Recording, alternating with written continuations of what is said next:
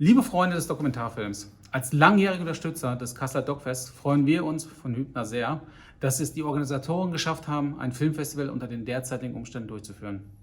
Ich glaube, vielen hier aus dem Herzen zu sprechen, wenn ich sage, eine große Leinwand ist durch nichts zu ersetzen. Es ist dennoch ein gutes Gefühl zu wissen, dass die ausgewählten Arbeiten über den Weg des Streamings ein Publikum finden konnten.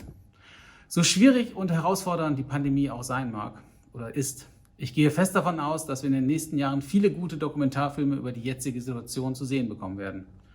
Was gerade passiert, sollte zumindest genügend Stoff für alle ambitionierten Dokumentarfilmerinnen und Filmer liefern. Und zumindest darauf freue ich mich, wenn ich diesem Jahr schon sonst nicht viel Gutes abgewinnen kann. Ich hoffe, dass wir zur nächsten Ausgabe des Dogfest wieder normal zusammenkommen können. Bis dahin gilt, bleiben Sie gesund.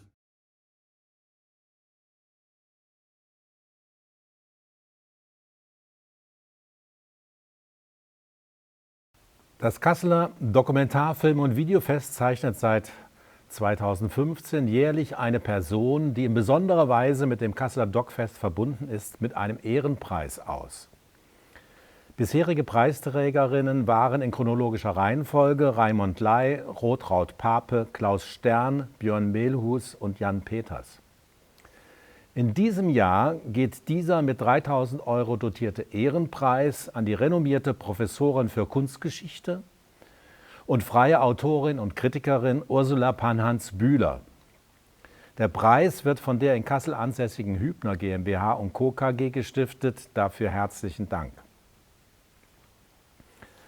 Ursula Panhans-Bühler brennt für das Kasseler Dogfest und tritt überall als Botschafterin auf. Das weiß ich, weil ich Kollegin von ihr bin, Kollege, und es mir eine große Ehre ist, diese Laudatio auf sie zu halten. Seit 1994 wurde sie als Professorin an die Kunsthochschule Kassel berufen und es war ihr ein wichtiges Anliegen von Anfang an, den Kontakt zwischen Kunsthochschule und Dogfest auszubauen.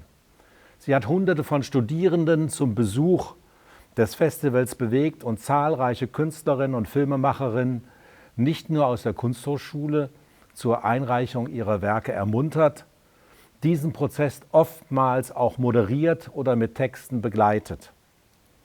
Gleichzeitig hat sie das Team des Dogfests mit ihren breit gestreuten Kontakten zu Künstlerinnen, Theoretikerinnen und Kunstkritikerinnen unterstützt.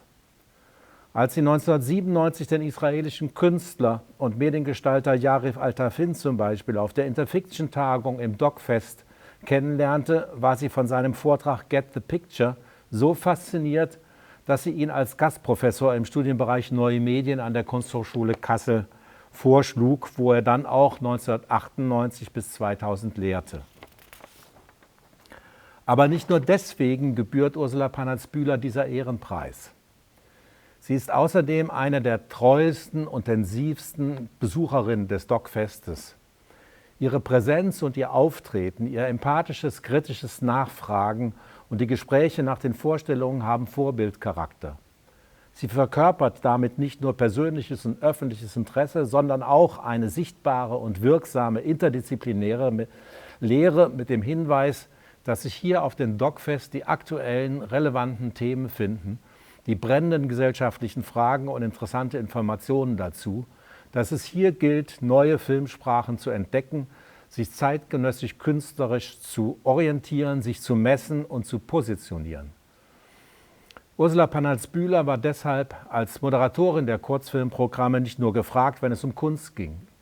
Ich war immer dann gefragt, sagt sie selbst, wenn es eigentlich keine zusammenfassenden Kategorien gab. Und wenn es sie gab, habe ich die einzelnen Videos inhaltlich und filmgestalterisch so ernst genommen, dass sie als solitär angesehen werden konnten. Inzwischen ist Ursula Panhans-Bühler eine Ikone, immer in schwarz und weiß gekleidet, manchmal auch mit einem roten Schal, mit ihrem schwarzen Lockenkopf, dem schmalen Gesicht und den knallroten Lippen, zwischen denen ständig eine selbstgedrehte Zigarette klebt, ist sie schnell gesichtet. Ständig ist sie in Bewegung, selbst wenn sie ruhig sitzt und zuhört oder zusieht. Denn ihr Geist steht nie still, weil er wieder und wieder Standpunkte und Perspektiven ändert. Immer fällt ihr dazu was ein, erinnert sie sich, assoziiert, denkt laut mit und weiter, gibt Hinweise und schafft oft unvermutete Bezüge. Ihr lautes Lachen und ihr berühmtes Ne sind unverwechselbar. Sie nimmt jeden Gesprächspartner ernst und ist bereit, alles, was sie sagt, auch wieder in Frage zu stellen. Sie will nicht sicher oder gar besser wissen und ist immer gespannt darauf, was im Austausch an noch nicht so Gesehenem und Gedachtem entsteht. Ursula Pannans-Bühler scheut keine technologischen Neuerungen und schätzt es, dass man inzwischen Videos und Filme aus der ganzen Welt zu Hause auf dem Bildschirm streamen kann. Genauso wichtig aber ist es ihr, sich tatsächlich zu treffen und gemeinsam in der Projektion zu sitzen. Das schafft eine andere Öffentlichkeit und Wertigkeit. Und die leistet eben kein Rechner, das kann nur Kino.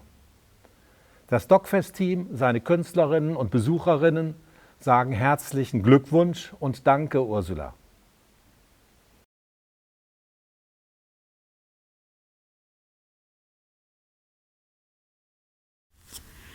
Der Preis für mein Engagement als Moderatorin auf dem DocFest Kassel hat mich sehr überrascht, aber natürlich auch gefreut. Ich möchte mich daher herzlich bedanken bei der Jury und bei den Stiftern des Preises. Ich habe es immer bewundert, dass dieses Dokumentarfilm- und Videofest es nicht nur geschafft hat, internationale Beachtung zu finden, sondern dass es auch lokal bei Kasseler Bürgern und ortsansässigen Unternehmern auf Interesse und Unterstützung gestoßen ist.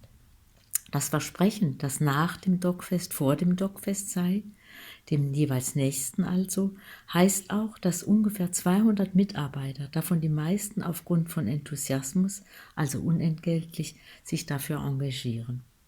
Erwähnen möchte ich noch, dass es vor 2 Jahren gelungen ist, die Kooperation zwischen DocFest und Kunsthochschule Kassel dahingehend zu erweitern, dass ein repräsentativer Ausschnitt seiner erfolgreichsten Beiträge in die Austauschausstellung zwischen der Kasseler Kunsthochschule und der China Academy of Art in Hangzhou integriert wurde. Eigens wurde dort ein kleiner Vorführraum errichtet im Museum der Hochschule und die Plätze waren immer mit aufmerksamen Besuchern, Studenten, Professoren und auch Leuten aus der Stadt mit ihren Kindern, die Kinder manchmal auch ganz unabhängig, voll besetzt. Ich wünsche dem Kasseler DocFest noch viele Jahre eines In-Situ-Streaming, also mit Künstler- und Publikumspräsenz und vielen, auch hitzigen Debatten in den umliegenden Cafés, Bars und Restaurants der Stadt Kassel. Dankeschön.